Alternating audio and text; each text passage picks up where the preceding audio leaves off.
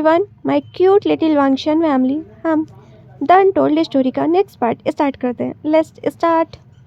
Wing ने अपने शिकायती लहजे में और मुंह फुलाते हुए कहा, झूठ मत बोलो, मैं इतनी चर्बी के साथ सुंदर नहीं लग रहा। वहीं वांग जी ने विंग की असुरक्षा को पहचान लिया और अपने मन में बोला, ओ माय डार्लिंग, तुम इतने आकर्षक हो। मैं नहीं चाहता था कि तुम बाहर जाओ और हमेशा के लिए तुम्हें अपने अंदर छिपाना चाहता हूँ। फिर उसने जानबूझकर खुद को गंभीर दिखाया और कहा, कहीं ना कहीं तुम सही हो।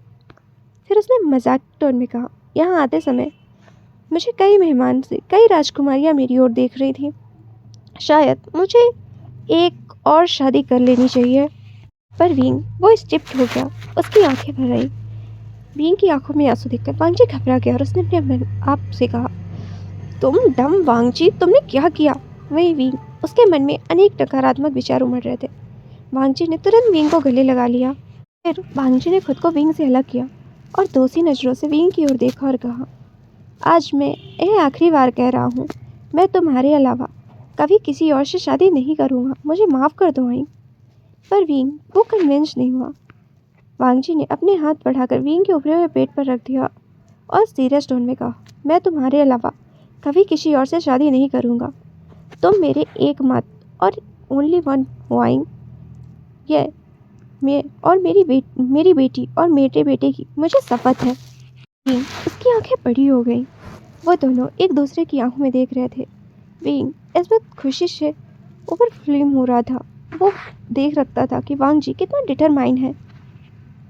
तभी विंग को अपने पेट पर अचानक हलचल महसूस हुई और उसकी सांसें ही रुक गई। वहीं वांग जी, उसकी आंखें चौड़ी हो गई। वो मुस्कुराया और उसने कहा, ऐसा लगता है जैसे हमारे बच्चे मुझे अपनी बात पर कायम रहने की चेतावनी दे रहे हैं। तभी विंग ने कहा, हो सकता है वो आपके वादे से खुश हो। तभी वांग ने कहा, नहीं, ये कोई वादा नहीं है। तभी वांगजी ने कहा, नहीं आइंग, ये कोई वादा नहीं है, ये एक शपथ है। क्योंकि वादे तोड़े जा सकते हैं पर शपथ नहीं। विंग और वांगजी ने कुछ समय बाद सेरेमनी हॉल में इकट्ठा हुए और जाकर अपनी सीट पर बैठ गए। मैडम लान ने विंग को अपना आशीर्वाद दिया और उसे उपहार दिया। विंग ने अपनी काम टोन में कहा, थैंक यू मदर। महारानी द्वारा इसे शुरू करने के बाद लान साम्राज्य के अन्य रिश्तेदारों ने विंग को उपहार दिया और फिर एक एक करके सभी मेहमानों ने विंग को आशीर्वाद दिया। उनमें से कुछ खुश थे और कुछ को जलन हो रही थी। और फाइनली सेरेमनी समाप्त हुई, बिना किसी ड्रामे के और बिना किसी टॉन्ट के। वही क्यों नहीं, वो भी इनवाइटेड थी, पर उन्होंने इस बार कोई भी स्टंट नहीं लिया। वो शायद अपने प्लान और प्लॉटिंग में बिजी थी। अब वांगजी के गिफ्ट देने का समय था। वांगजी ने अपना उपहार विंग को दिया। विंग ने उसे लिया और उस बक्से को खोला। पर गिफ्ट को देखने के बाद विंग को थोड़ी निराशा हुई, लेकिन उसने इसे जाहिर नहीं किया। समारोह समाप्त होने के बाद वांगजी ने विंग को अपने शांत कक्ष में ले गया। विंग ने कुछ नहीं कहा, वांगजी को उसका नेतृत्व करने दिया। विंग अभी भी परेशान था और इधर उधर नहीं देखा। वह आगे बढ़ने को था और ऊपर देखा तो शॉक हो गया। तभी वांगजी मुस्कुराया। विंग एकदम शॉक होकर उसे देख रहा था। तभी वांगजी ने विंग के सामने अपनी चुटकी बजाई और विंग ने वांगजी की ओर देखा और उसे खुशी से गले लगाते हुए बोला, थैंक यू लंजा, इस सरप्राइज के लिए मैं बहुत खुश हूँ। तभी वांगजी ने मुस्कुराते हुए कहा, मैं समझ सकता हूँ। आखिरकार तुमने पहले सोचा कि वो आभूषण ही तुम्हारे लिए सरप्राइज है ना? लेकिन यह आपके लिए एक बहुत खास सरप्राइज है। वहीं विंग बच्चों की नर्सरी कक्ष को देखा, जिसे वांगजी ने अपने बच्चों के लिए डिजाइन किया था। बिल्कुल वैसा है जैसे पिछले जीवन काल में विंग की इच्छा के अनुसार डिजाइन किया गया था। लेकिन यहाँ केवल यह बात है कि इस बार सब कुछ दो है। विंग ने उसे देखा और कहा, यह पालना बिल्कुल वैसा है जैसा मैंने सोचा था, एक छोटे सिंहासन की तरह। तो क्या हमारी बेटी या बेटियों को भी पालने जैसा सिंहासन मिलेगा? तभी वांगजी ने कहा, हाँ, माता पिता होने के नाते हमें बच्चों के बीच भेदभाव नहीं करना चाहिए। तो मैंने सब कुछ समान बना दिया। लन वांगजी ने विंग से पूछा, क्या ये सब कुछ ठीक है? विंग बहुत खुश था। उसने लंजा के गालों पर किस करते हुए कहा, हाँ, तुमने कमाल कर दिया। इससे पहले कि वांगजी संभल पाता, विंग नर्सरी के बगल वाले दरवाजे की ओर चला गया, जो उनके शयन कक्ष से जुड़ा हुआ था। वहीं वांगजी ने तत्काल विंग का पीछा किया और उसे पकड़ लिया। इससे पहले कि वह जल्दबाजी में आगे बढ़ पाता उसके उस विशाल पेट के साथ। वांग जी बींग के पास जाकर उसके कान के पास झुका और बोला, नर्सरी बच्चों के लिए उपहार है, उनकी माँ के लिए नहीं। बींग स्तब्ध रह गया। तभी वांग जी ने धीरे से बींग को बिस्तर पर बिठाया और उसके सामने घुटनों के बल बैठ गया। बिस्तर के नीचे से एक बक्सा निकाला और उसे खोला और बींग के पैरों को अपने हाथ में ले लिया। तभी बींग ने पूछा, लंजा तुम क्या कर रहे हो? तभी वांग जी ने कहा, क्या? मैं बस अपनी वाइफ की मदद कर रहा हूँ। वांग जी ने अपना उपहार अपने हाथों में लिया और उसे बींग के पैरों पर रखा और फिर बींग की ओर देखते हुए बोला, अब बताओ ये स्लीपर कैसी है? ये हाथ से बनाई गए हैं और सूजे हुए पैरों के लिए खास तौर पर बनाई गई है। बींग मुस्कुराया और उसने नोट किया। तभी वांग जी ने कहा, ठीक है, अब तुम आराम करो। वहीं बींग बिना किसी विरोध के वह अपनी आंखें बंद कर ली, क्योंकि वह सचमुच थका हुआ महसूस कर रहा था। यह सुनिश्चित करने के बाद कि बींग अपने बिस्तर पर आराम से सो रहा है, वांग जी कुछ लंबित और सरकारी कार्य निपटाने के लिए अपने कक्ष में चला गया, जबकि मैडम लान कुछ नए मेहमानों के आगमन से आश्चर्यचकित थी। रानी यूही ने उन्हें बो करते हुए कहा, ग्रीटिंग योर हाइनेस। रानी यूही को पहले से ही आमंत्रित किया गया था और महारानी उनके आगमन से आश्चर्यचकित नहीं थी। वह तो आश्चर्यचकित थी रानी उन्हीं के बगल में खड़ी लड़की को देखकर। लड़की का फिगर बहुत अच्छा था और वह बहुत सुंदर थी। उसकी मुस्कान कोमल थी और वह बहुत ही आकर्षक लग रही थी। वह सुंदर थी और अपनी सुंदरता का उपयोग करना जानती थी। मिंशिया ने वो करते हुए अपनी कोमल और विनम्र आवाज में कहा, ग्रीटिंग योर हाइनेस। यदि विभूषण एक पियोनी है, यानी कि फूलों की रानी, तो यह महिला निसंदेह एक खसखस है। एक अत्यंत आकर्षक और भव्य अस्तित्व है इसका। हाँ, यह है मिंशिया, रानी यूनी की बेटी, या दूसरे शब्दों में कहें, महारानी के द्वारा अपने बेटे के लिए पसंदीदा। वहीं मैडम लान ने खुश होते हुए बोला, मिंशिया, कितना सुखद आश्चर्य है तुम यहाँ हो। वहीं मिंशिया ने शर्मीले स्वर में कहा, महारानी, मेरी माँ ने मुझे साथ चलने के लिए कहा। तभी महारानी ने उसे गले लगाया और कहा, मुझे इतनी औपचारिक रूप से मत बुलाओ, मुझे आंटी कहो। मैडम लान ने उसे गले लगाया।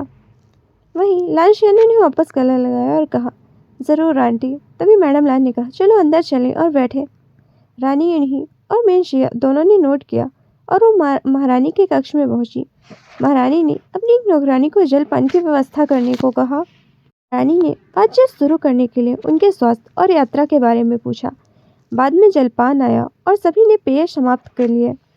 तभी रानी उन्हीं ने कहा, हमने समारोह में समय पर पहुंचने की कोशिश की, लेकिन पहुंच नहीं सके, इसके लिए खेद है।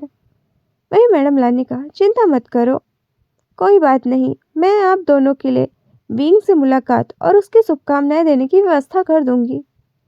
वही मिंशिया, उसे अजीब लगा और उसे जलन भी हुई। लांशिया अपने ग्लूमी फेस के साथ अपने मन में सोच रही थी कि मुझे ऑकवर्ड फील हो रहा है, क्योंकि मुझे उस बीवुशियन के साथ फ्यूचर में अपने हस्बैंड को शेयर करना पड़ेगा। मुझे इसीलिए जलन हो रही है, क्योंकि उसके पास सब कुछ है जो मुझे चाहिए, लान वांगजी, उसका प्यार और उसके बच्चे। वही मैडम लान ने मिंशिया का ग्लूमी फेस देखा और वो समझ गई कि वो क्या सोच रही है।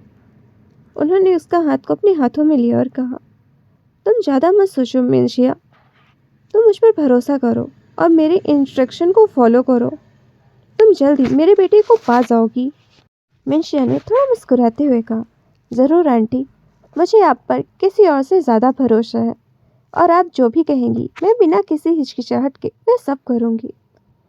और यही वह गुण है जो महारानी को अपनी बहू में चाहिए, ताकि वह उससे नीचे रह सके।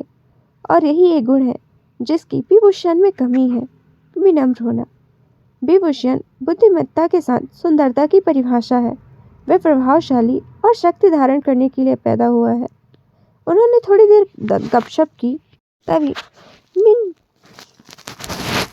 मिन यूरी ने कहा, जेनेलिया, मुझे पता है कि तुम नहीं चाहती कि हम मिंशिया और लान वांगजी की शादी के बारे में कुछ बातें करें, क्योंकि विंग इस वक्त प्रेग्नेंट है और उसे स्ट्रेस नहीं रहना चाहिए। मैडम लान ने नोट किया और कहा, हालांकि मुझे बीइंग पसंद नहीं, लेकिन मुझे अपने पोती पोतियों से बहुत प्यार है। तभी रानी यूही ने कहा, लेकिन डिलीवरी के बाद वांगची अभियान के लिए सब कुछ तैयार है, इसीलिए उसके बाद हमें पर्याप्त समय नहीं मिलेगा और हमारे पास वांगची को मनाने का कोई कारण भी नहीं है। लगता है कि बेहतर होगा यदि हम अपना काम अभी से शुरू कर दें, इसीलिए मैं मिनसिया को अपने साथ लाई हूँ। वह कुछ समय तक यहाँ रह सकती है और वांगची का ध्यान आकर्षित करने का प्रयास कर सकती है। मैडम लान ने कुछ देर सोचा और कहा, मुझे लगता है तुम सही कह रही हो। इसके अलावा यह वह समय है जब पति पत्नी के बीच दूरी होगी, इसीलिए हमें इसका उपयोग करने के लिए ये कदम उठाना चाहिए, लेकिन हमें हर काम सावधानी से करना होगा। हमारे कार्यों से विंग का ध्यान आकर्षित नहीं होना चाहिए। रानी यूही ने नोट किया और उसने अपने मन में सोचा, और मैं यही तो चाहती हूँ। मूर्ख महारानी, आप अपने बेटे के लिए खुद ही कब्र खोद रही हैं। अब मैं अपनी योजना को अंजाम दे सकती हूँ, और कोई भी पकड़ा गया तो बलि का बकरा बनोगी तुम। मैडम लान ने नौकरानियों को रानी यूही और मिनशिया के ठहरने की व्यवस्था करने के आदेश दिए। विशेष रूप से वांगजी के कक्ष के पास मिनशिया के लिए एक कमरे का उल्लेख किया। वहीं मिनशिया वो आनंदित थी। मिनशिया और उसकी माँ वहाँ से अलग हो गई और अपने आवंटित कक्षों की ओर चल दी। मिनशिया अपने कक्ष की ओर जाते हुए अपने मन में सोच रही थी कि क्या वांगजी को वो याद होगी या नहीं। वहीं वांगजी विंग को उनके बच्चों की नर्सरी दिखाने और उसे सुलाने के बाद वापस अपने कक्ष में लौट रहा था। मिनशिया ने जब कदमों की आवाज़ सुनी तो अचानक सतर्क हो गई। उसने वो पीछे देखा और पाया कि वांगजी था। उसे देखकर वो दंग रह गई। उसने अपने मन में सोचा, मुझे इसे देखे 10 साल से अधिक हो गए हैं और अब ये अच्छे शरीर वाला और भी अधिक सुंदर शक्तिशाली व्यक्ति बन गया है। मिनशिया अपनी आंखें वांगजी से नहीं हटा सकी। उसने अपने कई राजकुमारियां थीं जो अभी भी वांगजी से शादी करना चाहती थी। राजा वांगजी युवा और सुंदर है और वह सुरुचिपूर्ण और आकर्षक है। संयोग से वह ऐसा व्यक्ति है जिस पर महिलाएं सबसे अधिक मोहित थी। इसके अलावा उसका एक कुलीन दर्जा और वह अमीर भी है। तभी मिनशिया ने अपने मन में सोचा, इसके बगल वाली सीट मेरी होनी चाहिए थी, लेकिन अब उस पर उस बेवकूफ़ आदमी बेबूशियन ने कब्जा कर लिया। वो क्रोधित थी और विंग को टुकड़ों में तोड़ देना चाहती थी। नहीं वांगजी, उसने ठीक से देखा भी नहीं कि उसके रास्ते में कौन खड़ा था। वो अपने विचारों की गली से बाहर आया और महसूस किया कि कोई उसे घूर रहा है, तो वो क्रोधित हुआ और एक क्षण के लिए उसके कदम रुक गए। उसने अपने मन में सोचा, इसे यहाँ आने की इजाज़त किसने दी। वो नाराज था। मिनशिया ने जब वांगजी की नजरें खुद पर महसूस की तो उसने शर्माते हुए नीचे देखा। वह अपनी शर्म को रोक नहीं पाई। अपनी पसंद के अनुसार उसने वांगजी की पसंदीदा पोशाक चुनी थी और वो खुश थी। पर वांगजी वहां से दूर चला गया और अपने कक्ष में चला गया। उसने मिनशिया की ओर एक बार देखा तक नहीं, जो अपनी ही कंफ्यूजन में थी।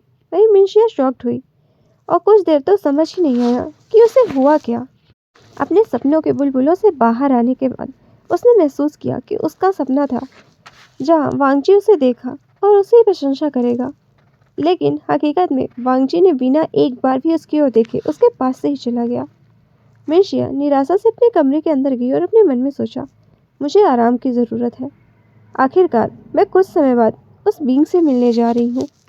वांगजी उसने अपना काम जल्दी स्टार्ट कर दिया क्योंकि उसके मन में था कि उसे अपने आइन के जागने से पहले उसके लिए रात का खाना बनाना है। वहीं रानी यूही किचन में गई और वो मेड चुनहुआ से मिली। वहीं चुनहुआ ने कहा, योर हाइनेस, मेरे ऑनर ने आपके साथ काम करने के लिए सहमति दे दी है, लेकिन कड़ी सुरक्षा के कारण अगली योजना अभी बनाई जानी है। तभी रानी यूही ने कहा, मुझे पता है, मेरे पास एक योजना है। लान परिवार पूरी तरह से हिला देगी।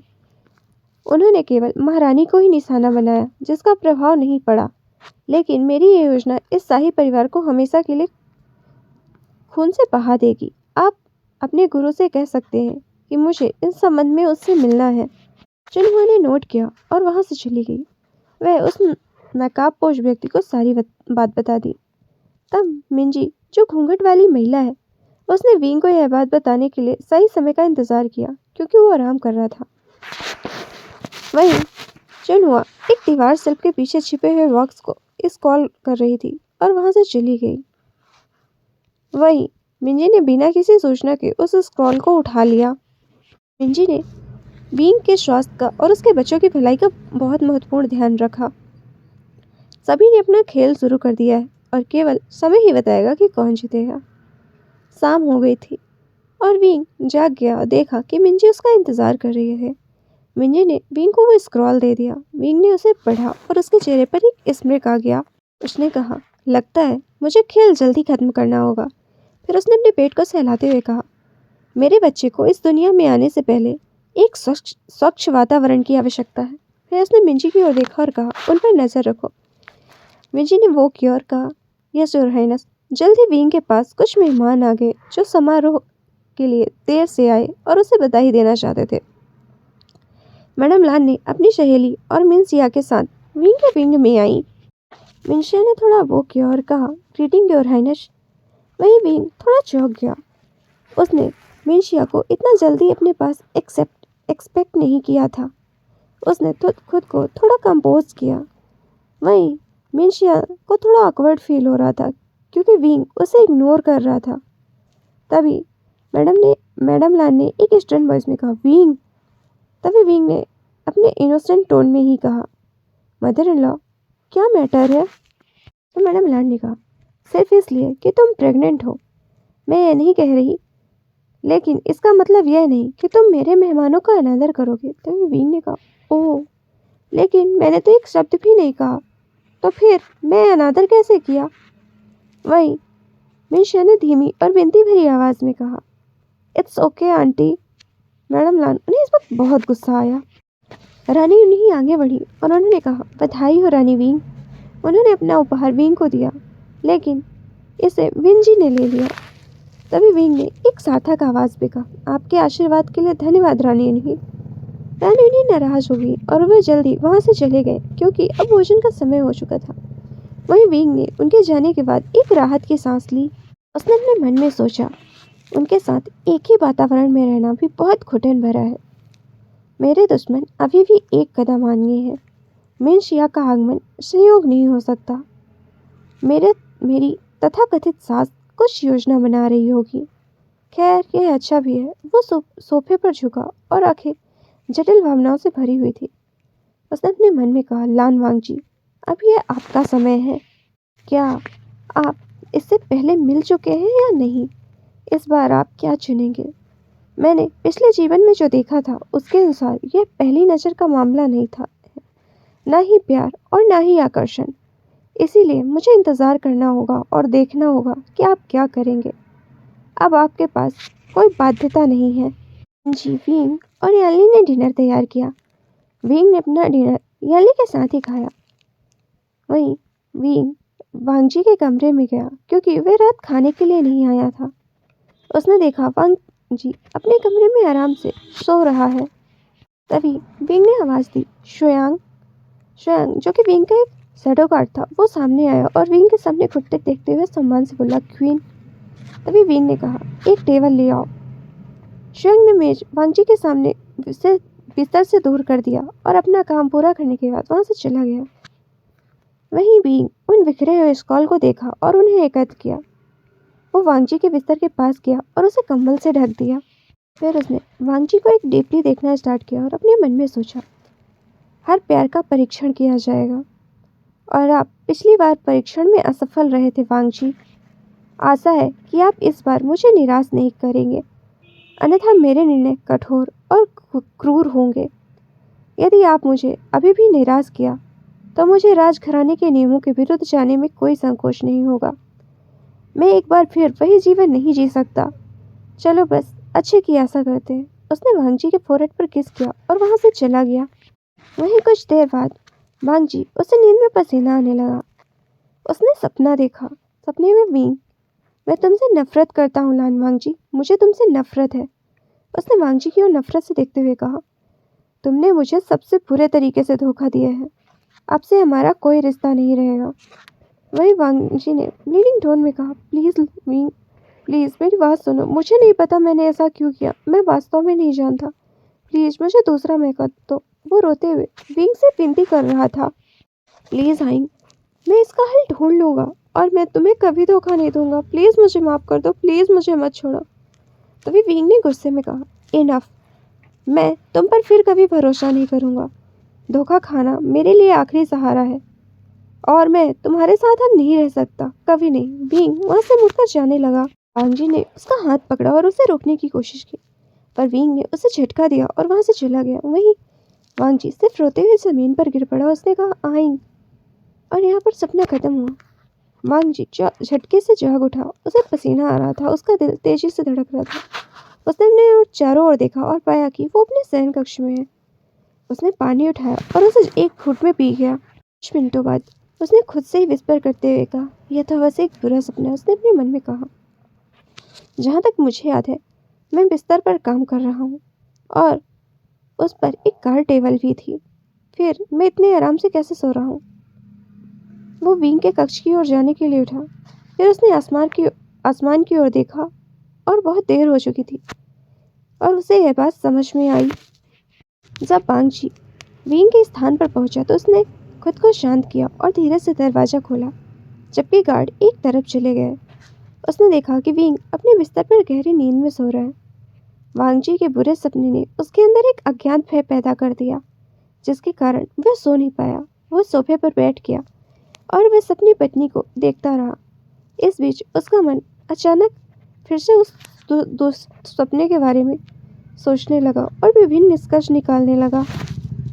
वांग जी को यह तरह सोचते हुए पूरी रात नींद नहीं आई। वहीं अगली सुबह विंग ने नींद में हलचल की। वो जागने वाला था। उसने देखा कि वांग जी लाल आंखों से छत को घूर रहा है, जिससे पता चलता है कि पूरी रात नहीं सोया। विंग ने कहा, लंजा। वहीं विंग की आवाज़ सुनते वांग जी तुरंत विंग की ओर देखा। वहीं विंग बिस्तर से नीचे उतरने की कोशिश की। तभी लान वांग जी ने कहा, रुको। वो विंग की ओर गया और दोनों बिस्तर पर बैठ गए। तभी विंग ने पूछा, आप यहाँ क्यों आए हैं और ऐसे क्यों दिख रहे हैं जैसे आप रात भर सोए नहीं? क्या आप ठीक है? विंग ने चिंतित आवाज़ में कहा। तभी वांग जी ने कहा, कल जब तुम मेरे कमरे में आए तो तुमने मुझे क्यों नहीं जगाया? आप जानते हैं कि हम अपने शत्रुओं को और करीब ला रहे हैं और इस स्थिति में आप अकेले इससे नहीं निपट पाएंगे। तभी विंग ने कहा, आगामी युद्ध अभियान और मेरी डिलीवरी के कारण आप आजकल बहुत अधिक काम कर रहे हैं और इसके साथ ही आप खाना भी बना रहे हैं, मेरा ख्याल भी रख रहे हैं, तो फिर आपको आराम की ज़रूरत भी है, इसीलिए मैंने आपको नहीं जगाया। वहीं वांग जी वो भी चैन दिख रहा था। विंग ने वांग जी की ओर गहराई से देखा और कहा, सच बताइए, वास्तव में क्या हुआ है? तुम्हें क्या परेशान कर रहा है लंजा? सच सच बताओ। तभी वांग जी ने कहा, मैंने एक बुरा सपना देखा, वास्तव में बहुत बुरा। तुम मुझसे इतने नाराज थे कि तुमने मुझे हमेशा के लिए छोड़ देने का फैसला कर लिया। मैं ये बात हजम नहीं कर पाया, भले ही महज एक सपना ही क्यों ना हो। उसने अपने मन में सोचा, यदि मैं इसे सब कुछ बता दूं और मैंने इसे उस बुरे सपने में क्या देखा तो विंग अनावश्यक रूप से टेंस हो जाएगा। वहीं विंग अपने पिछले जीवन और आपके अंतर के बारे में सोचकर उदास हो गया और वो मुस्कुराया। उसने कहा, लंजा, यह एक सपना है, इसके बारे में ज़्यादा मत सोचो। मैं तुम्हें भरोसा दिला रहा हूँ कि मैं तुम्हें छोड़कर नहीं जाऊँगा। तभी वांग जी ने कहा, नहीं आई, यदि मैं कोई अच्छा या अविस्मरणीय गलती कर दूँ तो आपको मुझे छोड़ने का पूरा अधिकार है। इसीलिए मैं आपसे कोई आश्वासन नहीं मांगूंगा, लेकिन मुझे दुश्मनों के बारे में अतिरिक्त सावधान रहना होगा, क्योंकि अब सिर्फ शारीरिक हमला नहीं हो सकता है। विंग ने मुस्कुराया और कहा, ठीक है, लेकिन आज आप आराम करो, तुम ठीक नहीं लग रहे हो। तभी वांग जी ने कहा, नहीं आई, मुझे काम करना है। उसने अपने मन में सोचा, मैं बस अपने अति सोचने वाले दिमाग को रोकने के लिए व्यस्त होना चाहता हूँ। तो गाइस, आज के लिए बस इतना ही। मिलते हैं कल। Bye bye.